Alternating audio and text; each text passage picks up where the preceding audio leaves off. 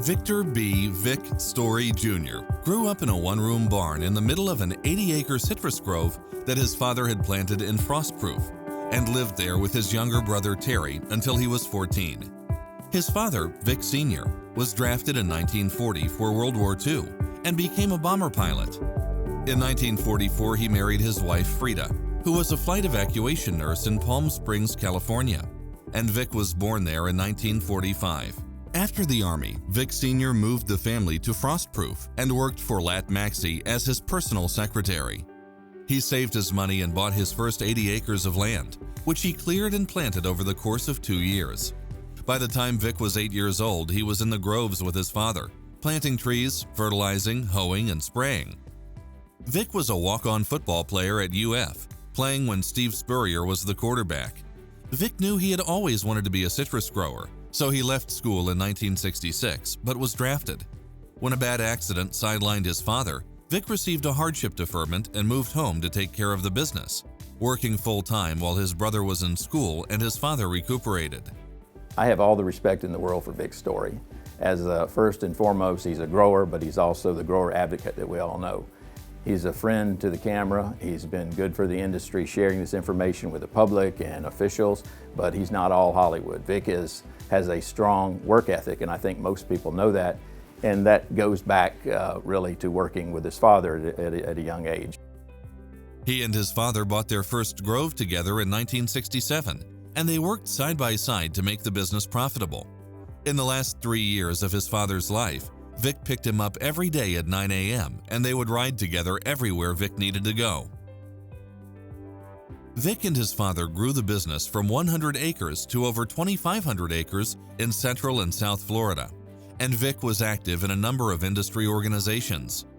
However, the 1989 freeze decimated approximately one-third of their groves, and Vic had to concentrate on staying in the citrus business. They went into salvage mode, selling what they could to replant whatever was feasible. The following year, Vic started a caretaking business, which helped to keep the employees and equipment afloat, and became a viable business unit now called the Story Companies. Today, the Story Companies owns and manages more than 7,000 acres of citrus. Matt Story remembers those times. Back after '89 freeze, they used to love to go over to the beach, and they owned a boat over there that they kept at a marina. It was a small boat, Sleep 4. I remember we had a motor that went out, and so one day me and my brother were handed a set of wrenches, and we undid the motor out of the boat, and we took it to the grove the next day. And we installed it at the grove, and it became an irrigation well. So he was always thinking about ways to keep the groves going. He served on the boards for Polk County Farm Bureau and Florida Citrus Mutual, and was a member of the Florida Citrus Commission, serving 2 years as vice chair. During that time, he was a sought-after spokesman for the industry, covering numerous hot topics such as trade issues, canker, greening, and anti-dumping. The industry views Vic in a fashion that they know that when his perspective is not tainted from anything that is for personal involvement. It's something that it truly comes from the heart with what he thinks is best for the industry, and most of the time that means for the growers. That's what he knows the best and the most. Vic has also done countless interviews with local, state, national, and international media outlets. As Florida Citrus Mutual president, Story traveled to Washington and Tallahassee, lobbying for citrus growers on everything from labor reform and disease research to trade policy, testifying in front of many federal and state committees, as well as the International Trade Commission. When he spoke before the International Trade Commission, they listened to him. He spoke from the heart. He told it like it was. And I think that was an important testimony in our case that we made against the Brazilians. A humble, quiet man with an easy sense of humor, Vic's Story didn't waste words, so when he spoke, it was with conviction and insight on the problem at hand, and people listened. He was also heavily involved in creating a viable vehicle to provide funding to the Citrus Research Development Foundation, moving the focus of the Citrus Commission from advertising to research. thus enabling the basis of research efforts for the greening problem and gaining valuable time for the industry.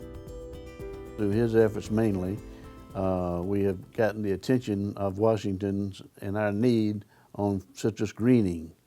And as a result of that, we have received millions of dollars to the benefit of scientific research for the Florida citrus industry.